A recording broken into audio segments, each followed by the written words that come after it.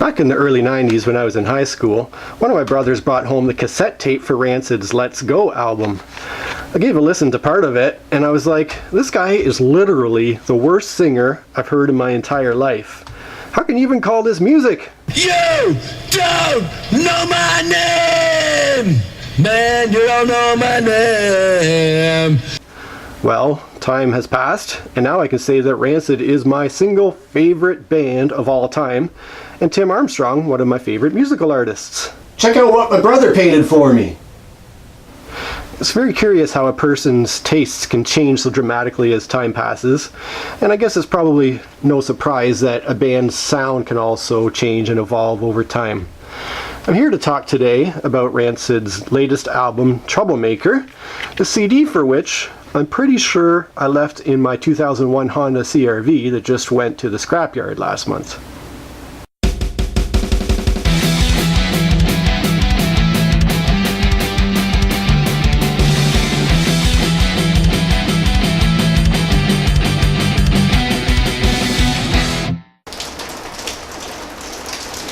On this stormy day, I get to yak about my very favorite band of all time. Representing Rancid! Going to talk about their most recent album, and I'm going to talk about their recent show with the Bouncing Souls and the Dropkick Murphys. So let's get right to that. Alright, let's talk about Rancid's most recent album, Troublemaker. As with their previous album, Honor Is All We Know, the album gets off to a great start. The first tune on here, Track Fast, is fantastic. But unlike with Honor Is All We Know, this album keeps that energy going. For me personally, Troublemaker represents a better direction than Rancid's previous couple of albums have been going, where the energy is maintained, that gritty street punk vibe is there, and for me it is an amazing album. A few of the highlights on here include, like I said, the first song, Track Fast. We've got an intimate close-up of a street punk Troublemaker, which is not only one of my favorite songs on the album, but is also one of my favorite song titles ever. There's All American Neighborhood, Blues Again, Cold Cold Blood, This Is Not the End. Lots of really great songs on here. And then there's the bass line of Beauty of the Pool Hall. I mean, we all know that Matt Freeman's the best bass player in the world, but I really enjoyed the bass line of that tune as well. So overall, this is a great album. Rancid's still killing it after all these years, and I'm just really loving it. So let's talk about the show. The first opener was the Bouncing Souls. I'm not really a fan of the band. I find them a little too bouncy, a little too poppy for my tastes, but one of my close friends loves them, so, you know, to each their own. I ended up showing up to the show about halfway through the Bouncing Souls set, and then after them, the Dropkick Murphys were on, and you know that they're always going to be an amazing show. That was a lady cry, shouting, I hardly knew.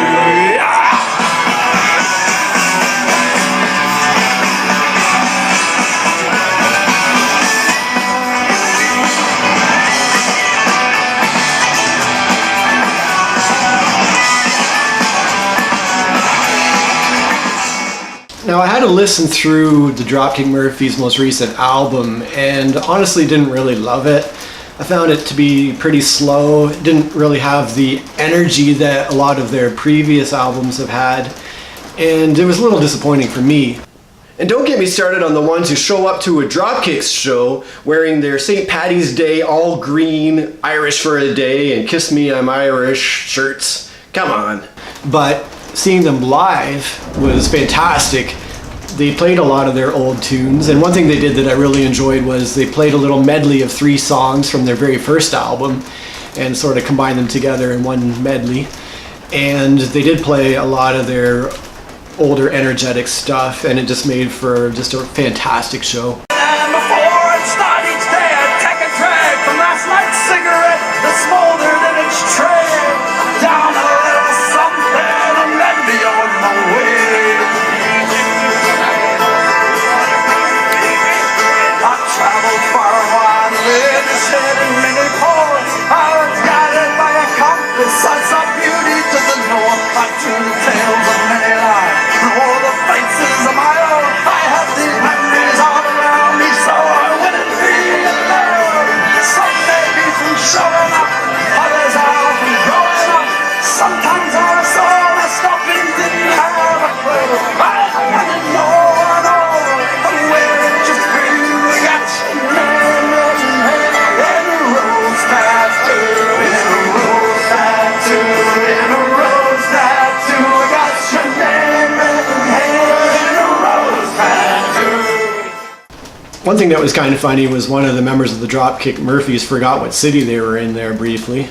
And of course, when Rancid got on stage, they were giving them a hard time about that. Now, before I get into talking about Rancid, can I do a little bit of old man complaining? The venue was this place called Echo Beach, which I've never been to before. And it was an actual beach, as it turns out. Here we were on the waterfront, on sand, watching the show. And I have to tell you that one thing that was never on my bucket list was to mosh in a sandbox and have my shins ground up like sandpaper.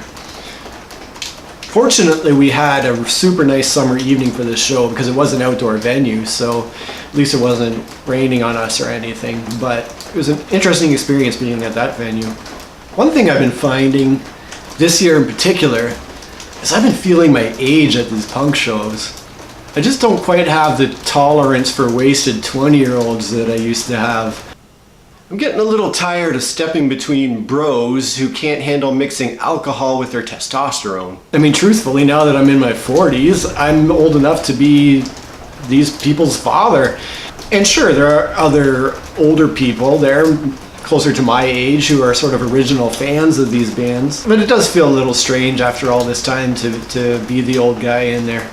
But even the guys my age were being super weird. At one point, I stepped back a bit from the mosh pit to catch my breath, and Rancid launched into one of their more ska tunes, Old Friend or something like that. So I just started kind of skanking in place, not touching anybody, just doing my thing. And all of a sudden I feel somebody's hands on my shoulders, and this guy who's around my age starts pushing me forward and saying, "I've got just the place for you, buddy." And I was like, not sure what's going on here. He keeps leading me forward to the mosh pit. He's like, "This is the spot for you. When you're doing that type of thing, here's where you need to be." And then he walks away. And so at first I thought, oh, somehow he thinks I don't know what a mosh pit is or where it is. But then after he walked away, I realized I was being too rowdy for him back there with my little kind of dancing in place, grooving to the music.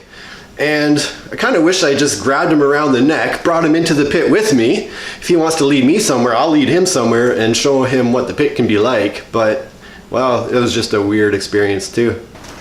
One issue that sort of came up in the previous couple of concerts that I've talked about from this year was the fact that this generation of punks doesn't seem to know what to do in a mosh pit anymore. People just kind of move around and shove each other. And whether the band is playing a high energy song or a slower, more ska inspired tune, people are just doing the same thing, just sort of moving around and pushing each other. As wicked as it may seem, as wicked as it may could be, as wicked as it may seem, as wicked as it may could. I know this girl, she's very alive. She's all Lego, she's all a 25. She says she never had a friend before. I said, I'm going to your friend, who's in the store. I said, a little chromophone.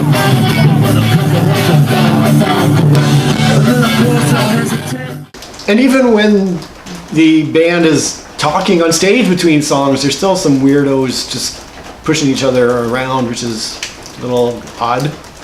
I mean, I'm old and it's just not what I'm used to. Like, every music style has their associated dance style to go with it, right? Country music has their square dancing, hip hop has hip hop dance, and then even some of the harder forms of music have their dancing styles. You've got heavy metal with the headbanging.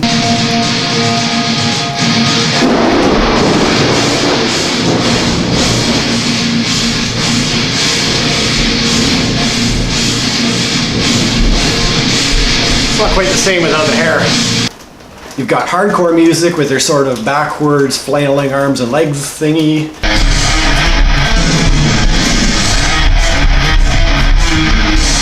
Their ska with their fun little skanking moves.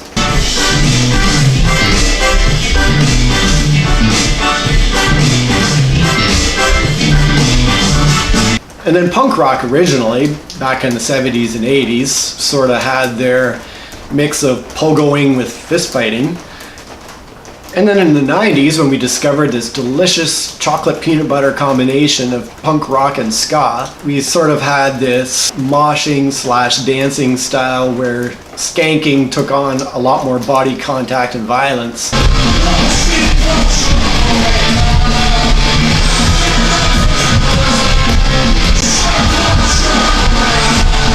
But now I miss that, you know? It's not the same for me as it used to be. Now get off my lawn!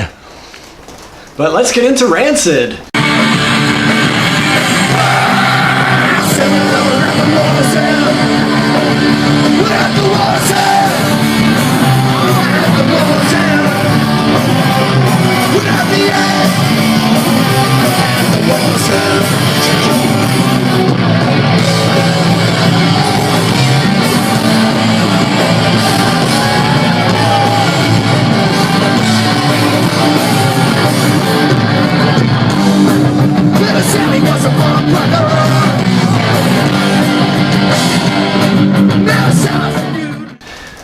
I've been going to Rancid shows since the mid-90s, I guess.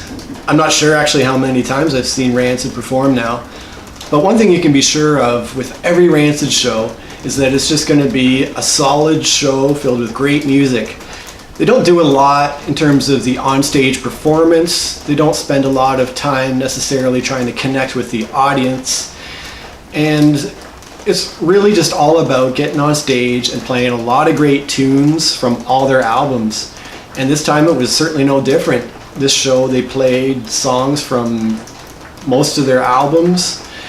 They played a lot of great music, and as always it was kind of like a Rancid performs their greatest hits live, and that's what their shows kind of feel like. And it's just a super fun time. I'm on a journey.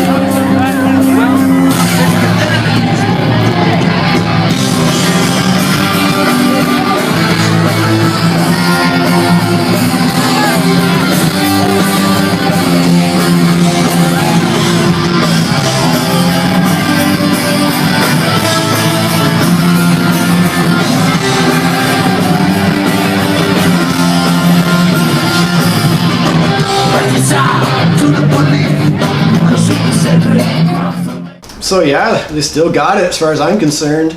Still my #1 band, and looking forward to seeing them again. Hey, it's Josh here. Just wanting to thank you for watching my video. If you want to support what I'm doing, it would be great if you give me a quick like, a subscribe, and if you share this video with one other music fan in your life. Cheers.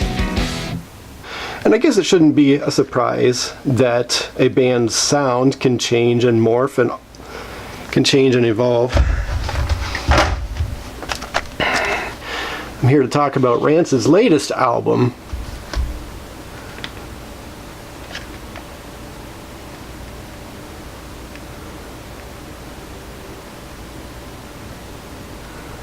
Honor Is All We Know. Is that their latest? Today, I'm here to talk about Rancid's latest album called Troublemaker. Check out... Oh, hold on. First, here's my notes. Hold on a second. Hold on. Hold on. I gotta put it on. Oh, yeah.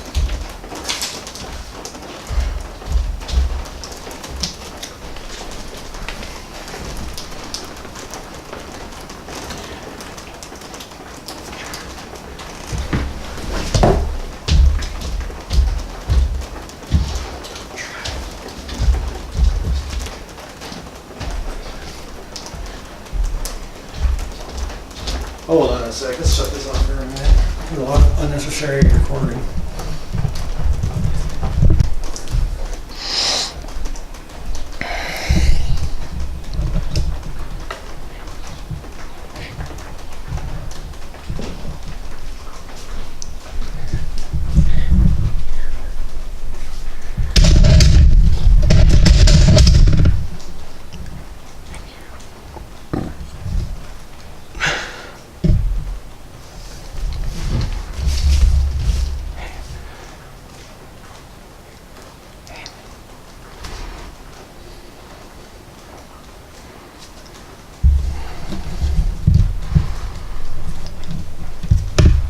that recording?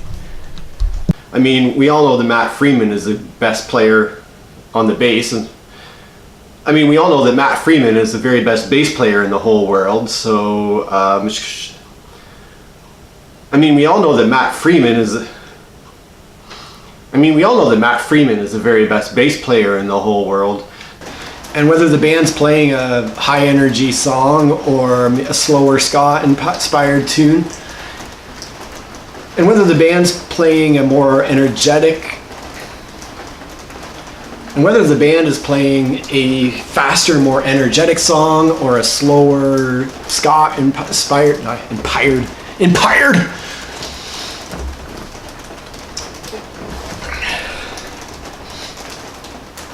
whether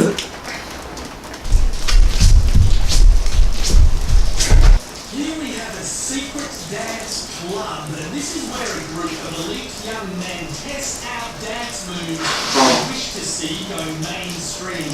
The moves are raw, rugged. oh, why is that still recording? I'm getting a little tired of oh, no. And then punk rock originally, I guess, back in the 70s and 80s, the dancing, so